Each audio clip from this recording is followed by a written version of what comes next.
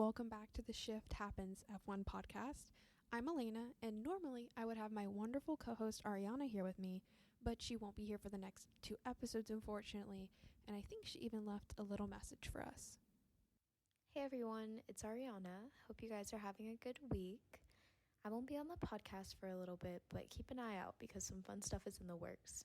See you in Texas. All right, now to get on with it. The 2024 F1 season has officially started, and the first race of the season is done. It's completed. It's over. The Bahrain Grand Prix has come and gone, and I'm so excited to start talking about F1 again. The winter break tests my sanity every time. So does the summer break, any break in general. Like, I have like a freak out, and I'm like, I don't know what to do with myself, and I start like itching, or I go back and like satiated by watching old races. But no, I'm so excited to do it, and I'm so excited to get the podcast back.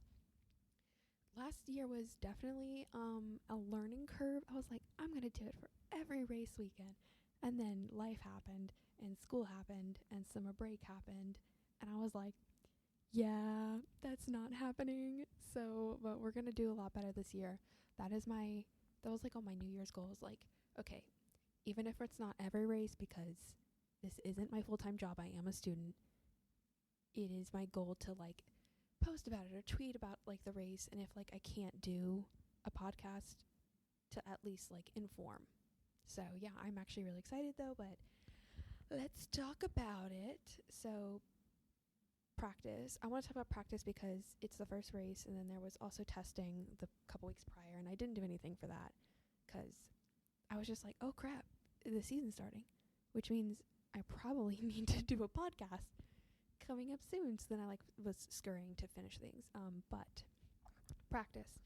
So FP1, FP2, and FP3 really, they just got our hopes up. FP1 had Daniel in P1 with in the Red Bull, not the Red Bull, the RB, excuse me, the Visa Cash App RB, whatever we're calling it now. Yuki was fourth that running, and I thought that was actually pretty good for him. And then let me see, FP2 we had a Mercedes one too. It was Lewis in P1 and George in P2. Free practice isn't necessarily a sign of the times to come for the weekend. Like, most of the time it can show maybe who the top contenders were, but in P3 we had Carlos Sainz and then Fernando in P2, so it was like the Red Bull wasn't in like P1, so everybody was kind of like, oh my god, what's happening? Like, is like our other teams like have finally caught up to them? No. Just to burst your bubble, if you've been living under a rock and you haven't seen anything, no. So yeah, Red Bull was clearly sandbagging. They clearly had a different setup. They weren't going for the fastest times. They were trying to get some data in other ways. But yeah, so let's move on to quali. So qualifying was really fun. It was kind of that next step of like, okay, now practice is done. Let's see where the qualifying pace is and like who's got it this year so far. Like I said, Mercedes looked good in practice. Russell was the only one able to keep up that pace. He finished P4. Unfortunately, but let me say, both the Mercedes got into Q3, which was good because last year Lewis Hamilton seemed to really be struggling with that. And so, it was the question of like, how's the car doing? Can he make it in? He did, so that was good. He finished, Lewis did, finished P9 for qualifying, and because everybody was like, oh, he's washed, like, he's lost his touch, this is why he's leaving Mercedes, like, clearly there's something wrong here. He came back and he said that overnight they did like a mechanical change, and he thought it was going to work out better, and it didn't, so that's why he was in P9, and then he'd have to, in the race, like, try to fix his mistake. Russell also talked about how the car has been fit to fit Lewis, like, his standards. I mean, like, he is Mercedes when people think about it, and now that he's newsflash, also, if you've been living under a rock, he's moving to Ferrari. I'll I'll say this: the day that news came out, I got sick. Like, I started that morning, I was up at 7 a.m. I went out and got a coffee. Like, I was doing homework at a cafe before I had class. I was living my highest life. I was like, wow, I am so productive. I am her. And then I went to class, and then I left class, and I checked my phone, and I got the big Ferrari red Lewis Hamilton moving to Ferrari for 2025. And an hour later, I was like deathly ill. So I'm going to blame Lewis Hamilton for completely shocking my body and it basically shutting down.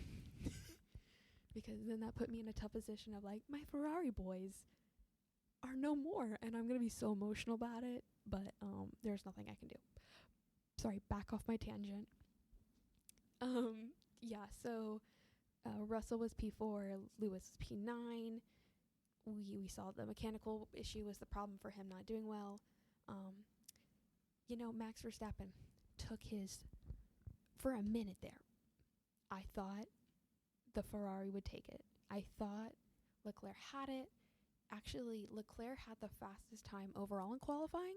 In Q2, his time was faster than Max's in Q3, but, ultimately that's not how it works. But no, Max Verstappen took his 33rd career pole, which, good for him.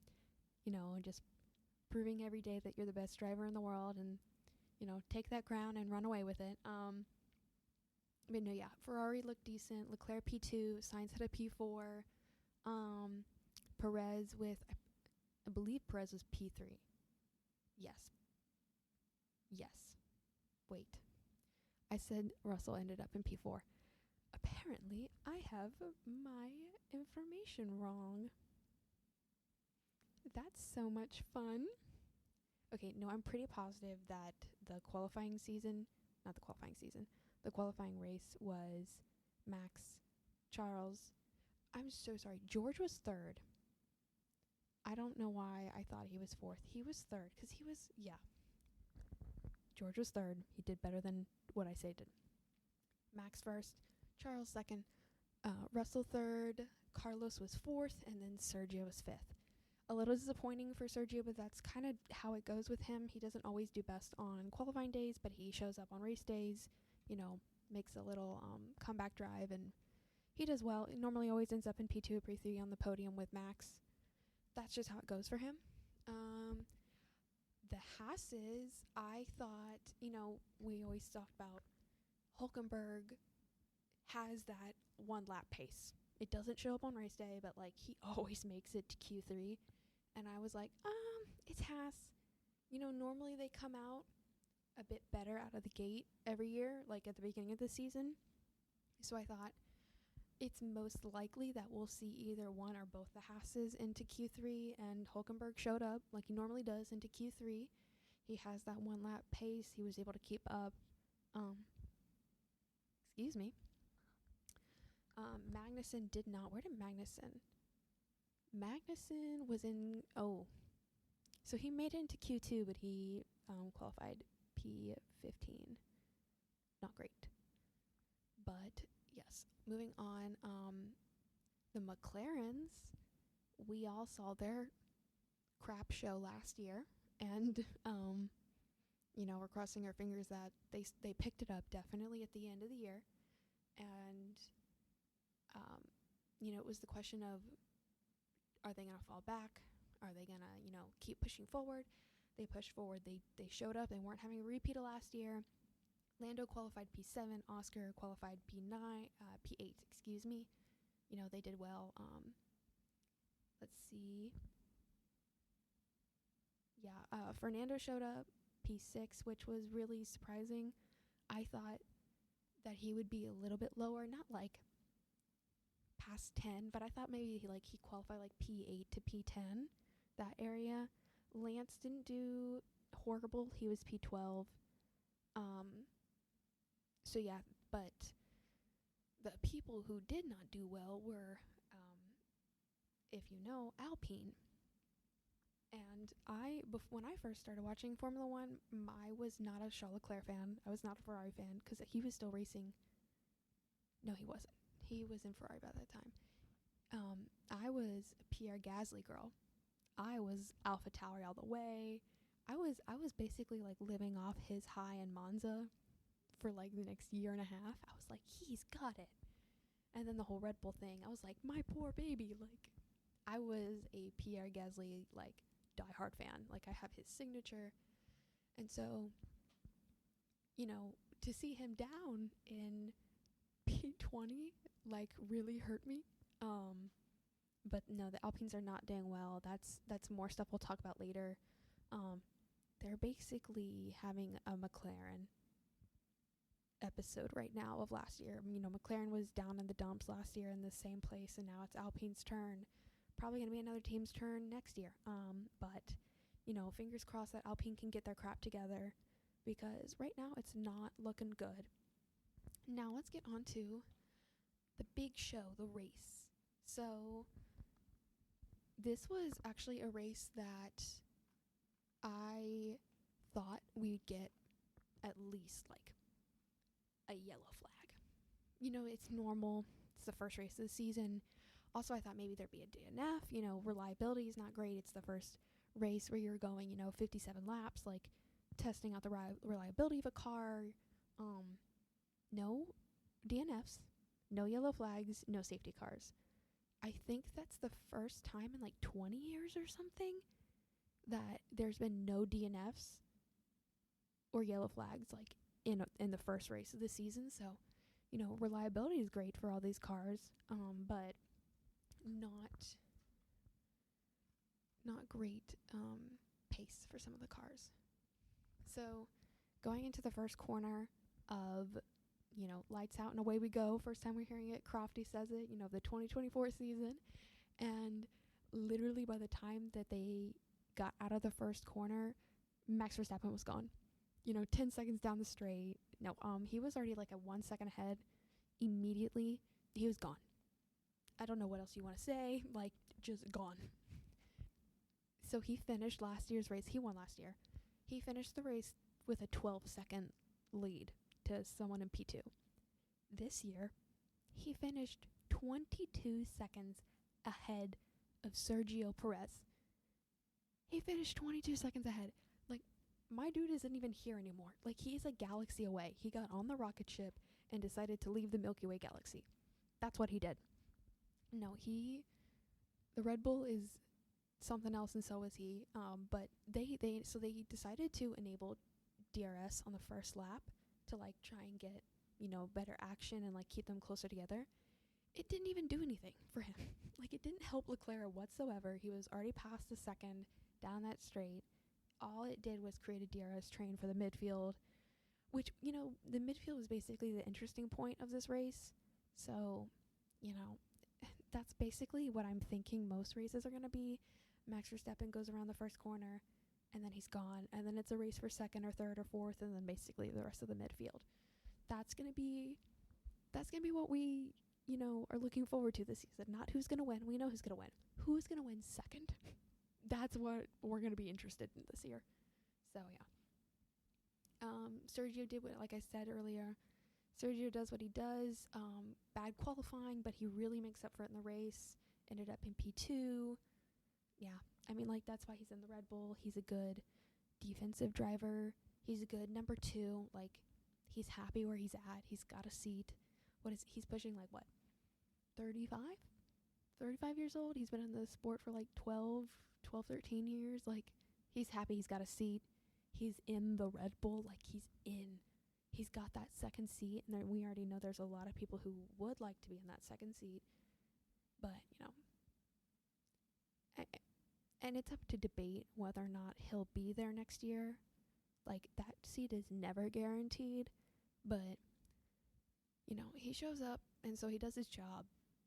And he, we'll see. If he doesn't get P2 this year or P3, I have a feeling he won't have a seat next year. But I can't say. I'm not in the Red Bull rooms. So I'm not a fly on the wall, though I would like to be. So going into turn 1, talking about turn 1 again, Stroll got like totally tapped going into that and like spun around. I think he ended up being like P20 for a while. But he did, like him, he does what he does. He starts so low normally, like he doesn't always qualify the best. I don't know where he comes from. He just ends up in the points. He pops up, he's just there. And you're like, oh, hello. He did great. He had a great recovery drive. He put himself back into the points, actually. He ended up P10 behind his teammate Alonso in P9. So they had a good weekend. They got some points. I think they got like 3 points. So that's great.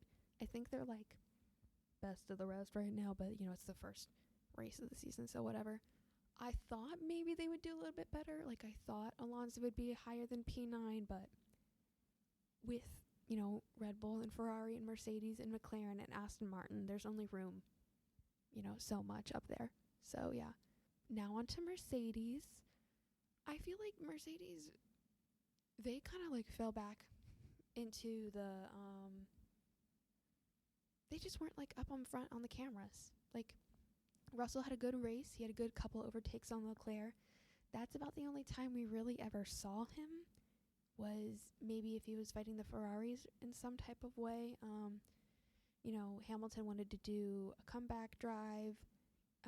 He struggled throughout the race to get really any higher. Like then I think like P4, P5, during the middle when everybody starts like pit stopping and stuff like that. But he ended the race P7. It's not the Lewis Hamilton we know. Hopefully, he can get the car better this year, and then, who knows what he's going to do next year at Ferrari. Just going to love to see that set up, but hopefully he gets the car fixed to, like, the specs that he wants and prefers, so.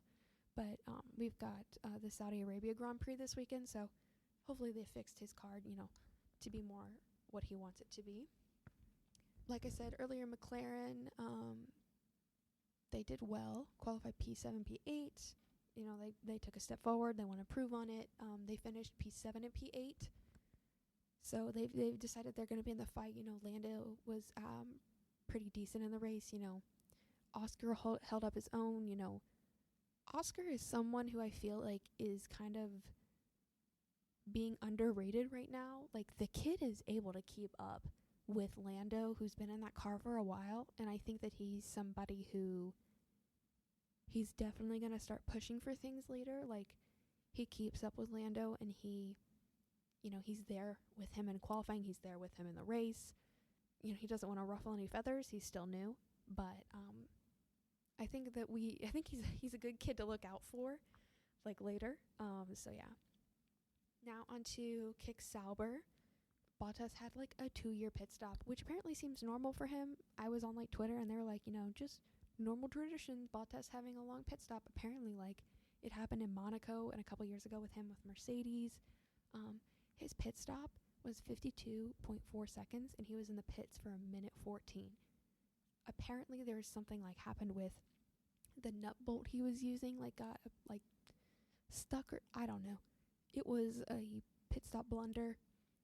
It did not help him. I think he finished P19, something like that. Yeah, P19. He finished P19 in the race. Not good for him. Zhou did well. On the opposite end of that spectrum, Zhou finished really close to the points. P11. He had a good race. He was good on track. Racy stuff like that. Did a couple overtakes, I think. But no, he had a good race. Now onto my boys, my Ferrari boys. Like I said earlier, Leclerc could not keep up. Going into turn 1, Leclerc got left in the dust. And then immediately after that, basically got overtaken by Russell. And then it was a scuffle with them, with Carlos and him. There were a couple times I'll be honest, I was clutching my pearls. I was so ready for one of them to just touch each other or to not leave enough room. And then it was going to be all hell breaks loose, but they didn't. They were respectful. They gave each other just the inch that you're supposed to give, and that was it. They didn't give any more. So it was good to see some racing. Definitely got my heart pumping. But, when is it not pumping with Ferrari? Because something always seems to happen or almost happen. Also, with Leclerc, apparently he locked up a total of 133 times, but the race was only 57 laps. So please explain that to me. No, I'm kidding. I'm joking. He didn't lock up 133 times. Apparently there was something wrong with his steering wheel or the brake temperature. I don't know. There was something. I didn't look into that much because it was just traumatic for me and I didn't want to give myself any more PTSD. But turn 10 was horrible for him. Locked up every single time. Lost so much time there. I think he got overtaken then on that straight a couple times. It was not good. But Carlos Sainz, on the other hand, like I said, dude earned driver of the day. It was so deserved. He had a great race. He showed pace. Him and Leclerc, duked it out a couple times. It was good racing. He, Ferrari said, hey, you're not going to be here next year. And he's like, I'm going to show you what I can do. And he really showed teams what he can do. I hope he gets a good team. I would hate for him to be, stuck down at Kick Sauber for the year before Audi takes over and him just not being able to fight for the good points. He'd be outperforming that car every race, everybody knows, but I hope that he gets a good team and maybe even Red Bull, but we'll talk about that later. On to Alpine. Like I said earlier, very tough start to the season. P19, P20 in qualifying. Pierre finished P18 and Esteban finished P17. Like I said, horrible race for them. They really truly have no pace. Apparently in testing it was already looking pretty sketchy for them, and FP1, 2, and 3 really kind of showed it, and so did qualifying. Like I said, really reminds me of McLaren last year. Like, same thing, different font, basically, is what it is with them. Some pretty big concerns over at Alpine about, they're fixing this, the drivers, Pierre just joined last year. Some higher management kind of stuff is going on with them, so it's a really big concern right now. Now, normally, who'd be in last is Williams, and they did pretty okay. Alex is doing well. He ended P15. I thought he could end a little higher, but, it's just the beginning. Now, Logan, he was doing really well in the beginning. Ariana is like a Logan diehard fan. She loves Logan Sargent, and I was really excited for her because he was doing well. He took advantage of that turn 1 incident and was up into P13 and P14. And then eventually everything just goes wrong with that car. Apparently his steering wheel just decided to turn off in the middle of the race. And so he ended up on an off area on side of the track. And I was like, this is it. His car's going to turn off. Yellow flag. We're going to have to get a safety car on the track because he couldn't keep going forward. Somehow, some way, he managed to keep the car on and he returned to the race. He ended up in the pits. They replaced his whole steering wheel. So he also fell back really far. He finished P20. I was really disappointed because I was really hoping that he would show up, but him stopping off the side of the track for a couple, I think maybe it wasn't off for a minute, but it was off for a while, and then he was off in the pits to get that changed too. So I was watching it with one of my best friends, Macy, and she was like, why isn't he just being done for the race? He's so far behind. And I thought that too, but the more I thought about it, I was like, well, Williams isn't a team that gets to do. Normally they have a crash out, so I was like, it makes sense why the team wanted data and they didn't just tell him to retire. They were like, okay, let's finish the race. We need to see how this car holds up for 57 laps. We need that data. So even if you're not racing for something, they needed the data to see the aerodynamics and the stuff like that on the engine. So that's why they didn't just tell him to retire the car. But yeah, I think overall everybody had. Oh no, I forgot about RB. So there was a whole. Let me get into this.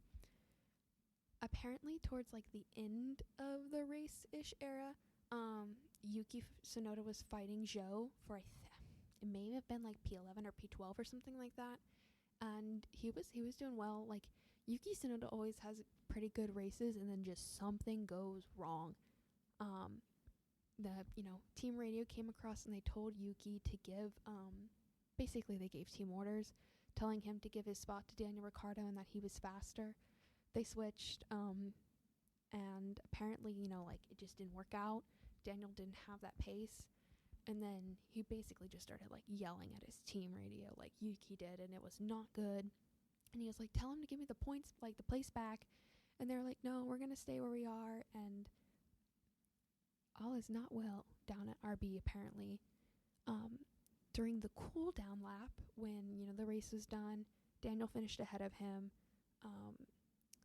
Yuki finished P14 and Daniel finished P13, so they were ahead of each other.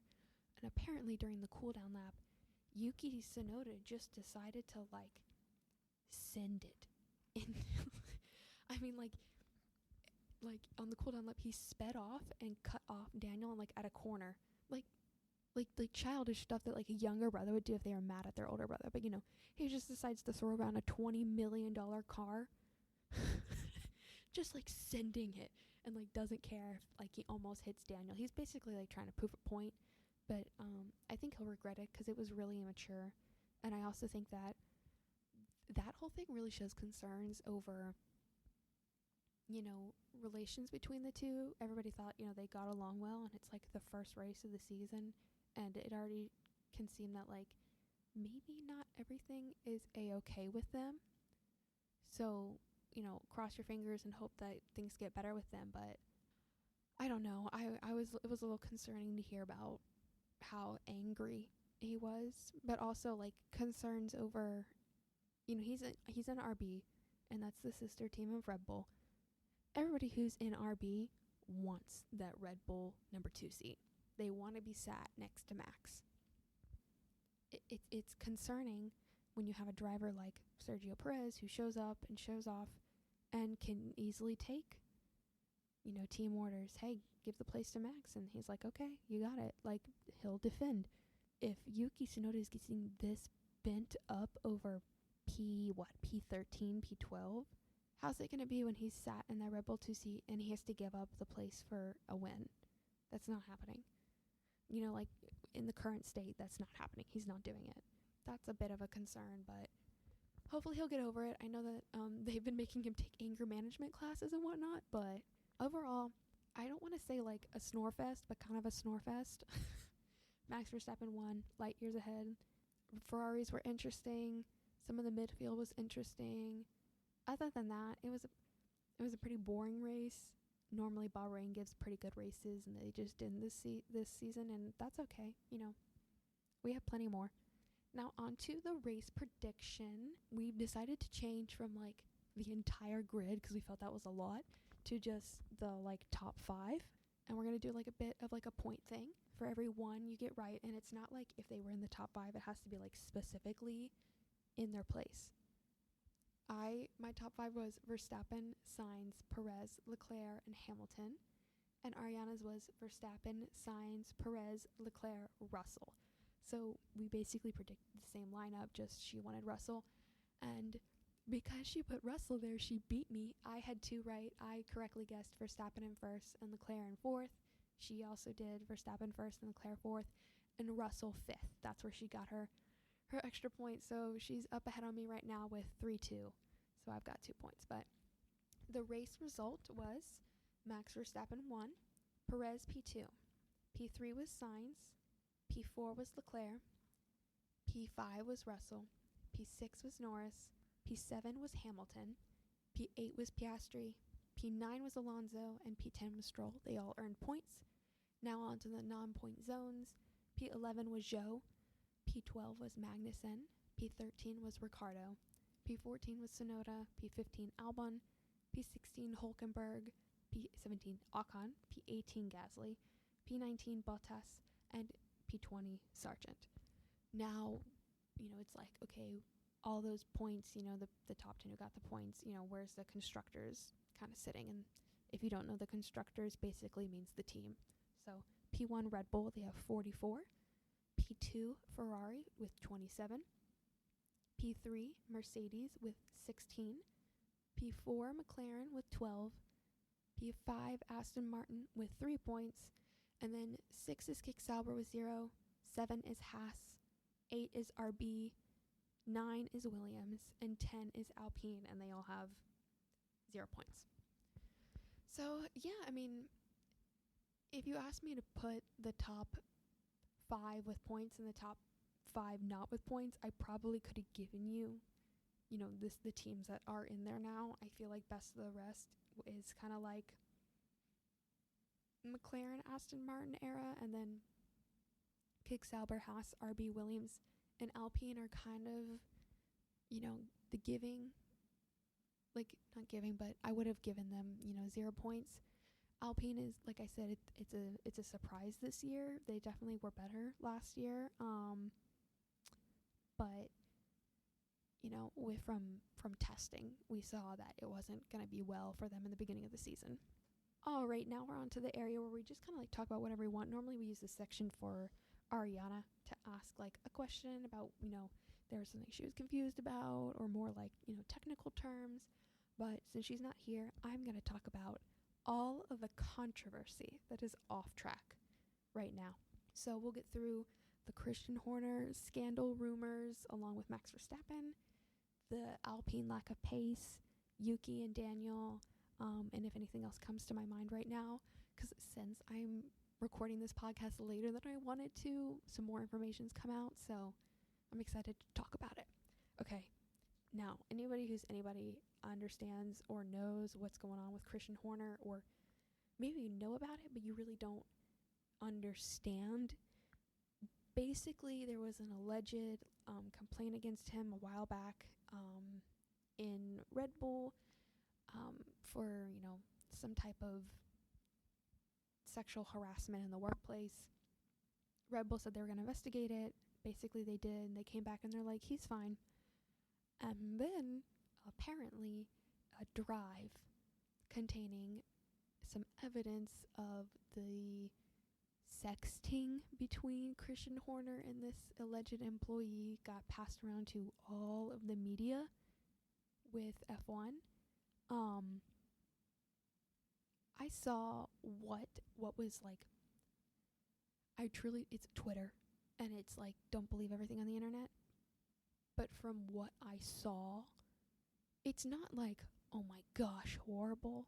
But it's also like, he is married. He has children. They're on Drive to Survive. You also know this is probably going to be on Drive to Survive next season. Basically, there's a big call for him to resign. Ford, who is supposed to be their engine for either 2025 or 2026, I don't remember, also said they're going to possibly put in an investigation into this, because it concerns them as well.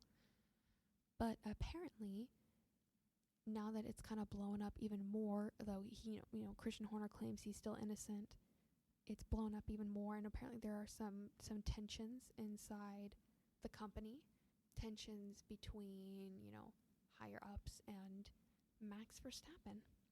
This was reported by Amos, which is a very reputable out of sport, news media, that apparently Jos Verstappen, Max Verstappen's father, was talking to Toto, and there have been some talks about Max Verstappen moving to Mercedes. I heard this and I had to pause the podcast I was listening to about this. I was like, guys, we already had Lewis Hamilton. I don't know if I can do Max Verstappen. Like, Lewis Hamilton is the face of Mercedes for me. And now he's like, yeah, I'm leaving and I'm going to Ferrari. And Max Verstappen is the face of Red Bull for me. I know Red Bull's been there for a while, Sebastian Vettel, Mark Webber, all that stuff. But I feel like in this era, this was supposed to be his like Mercedes era of the 2010s. Like, it was supposed to be Red Bull's era. And now it's like, oh, he may be moving. He has to think about his future. If Christian Horner doesn't leave and you start to see sponsors and Ford and very high ups leave, what is that going to mean for him and his future? And, the Mercedes seat is now open. So, the fact that Max Verstappen, like, we have to say at this point, it's not impossible. If you had asked me 3 months ago, I would have said, never in a million years, you're crazy. But then we saw Lewis move, and now it's like, okay, you know what? It's not that big of a leap to see that, you just have to think about, he has to think about his future. Does he want to be on a team with a person who there's alleged sexual harassment, and they still claim they're innocent, but, everybody's leaving. It just depends on your morals and stuff like that. But no, there's very big controversy over that right now. We truly don't know much more else about that, but, in the media news today, he was just saying that the team is focusing on getting the car done in performance. So, and they're not focusing on the rumors. Now, like I said, Alpine, big uh-ohs for them. Apparently, after the race, a couple of their senior positions resigned. Like, they gave their 2 weeks. I think it was like the head of aerodynamics and I cannot remember the other one, but head of aerodynamics and head of another one, they gave their resignations to Alpine. Like, they saw the race and they're like, no, we're done. Like, higher ups are leaving, it's not, things are not going well over there. But apparently the drivers said today, it's unfortunate to see the things that are going on, but the driver said that they're trusting the process and that, the car will come back. They talked about how McLaren did it last year, they'll do it this year. So we'll have to see with them. Then when I talked about with Yuki and Daniel, Yuki not happy over the radio, but when is he ever happy over the radio? Tensions are high over there. I want to see how most teams have like a lead driver, like a number one driver. Ferrari says they don't have a number one driver, but I call BS on that. A good example would be Red Bull. Max Verstappen is their number one, Perez is number two. When you have RB, who is, a lower team, it is like that. Okay, there is like a lead, but it's not like they're not like number one. But with Yuki Tsunoda being on that team for multiple years now, he wants to seem like he has the authority. But then you throw him in with Daniel Ricciardo, who's been in the sport for forever. He has so much experience. He was a Red Bull driver. Then he went to Renault. Then he went to McLaren. Because both of those places didn't work out, and now he's back on the Red Bull team, and he seems so happy. And he has more experience. So the question is like, okay, are they going to be a team who they also have a new team principal? Because their old one retired last year. Is there a number one? Are you, separating them between experience? So, who gets the lead on that? And if it is being given to Daniel Ricciardo, this may be him, Yuki Tsunoda, lashing out about that, seeing how it was the first race and they already gave team orders. So, more to come on that. We'll see as the season goes. Maybe that was just a one-off, and I don't know, maybe he had bad news that morning. I don't know. So, yeah. But, no, that was all the drama that I can think about right now going on with them. But, yeah, also, I was scouring through F1's, just, like, their page, all the articles they do. If you're ever interested in learning more about F1 and how everything works, I suggest you check out the Formula One website. So they have this beginner's guide to all things F1, so you'll never be confused about what's happening on and off the track. It explains the car, it explains race terms, it explains some things that are happening on the track, what is a good, strategy, what's not a good strategy. They'll talk about, tire strategies, things like that. Basically, if you're ever confused about something, they'll probably have an answer for it on there. So I suggest you check out that. That's where I get a lot of my info anyways from. But no, yeah. So now on to topic 4, which is kind of new. I want to do this one basically talking about the next race. So let's talk about Saudi Arabia. I grabbed a lot of these statistics, like again, from the Formula One website. I guess in my head, it made sense because I was like, oh yeah, it's not been there long. The first Grand Prix was in 2021. So this is the 4th one, basically. Lewis Hamilton won the first, and then Sergio Perez, and then Max Verstappen? No, I'm sorry. Lewis Hamilton won in 2021, Max won in 22, Sergio won last year in 23. It was one of the races that Max Verstappen didn't win last year. Excuse me. So yes, it's one of the longer tracks. It's 6.17 kilometers. I think the only tracks that are longer than that are Spa and Las Vegas. Even though it's one of the longer ones, it has a really quick track time, actually. So yeah, The most pole positions, Sergio Perez had the last two. It also has more corners than any other circuit on the F1 calendar. There are 27 corners, but most of them are like high-speed kinks, not, large braking turns, not like turn one, just more like simple ones where they're just kind of bends, but they have to be called turns. So apparently, according to F1, the probability of a safety car is 100%. Now, it's 100% because there's been 3 races so far, and each one has had a safety car. So, give or take there, we'll see. It is a new track. Virtual safety car probability is 67%. Like I said, new track. Not a lot of stats to give percentages to, but no, yeah. I'm excited for this. This is the one where I believe we saw a couple scuffles between Lewis Hamilton and Max Verstappen back in 21. It's a good track. It's a night race. It'll be held on a Saturday.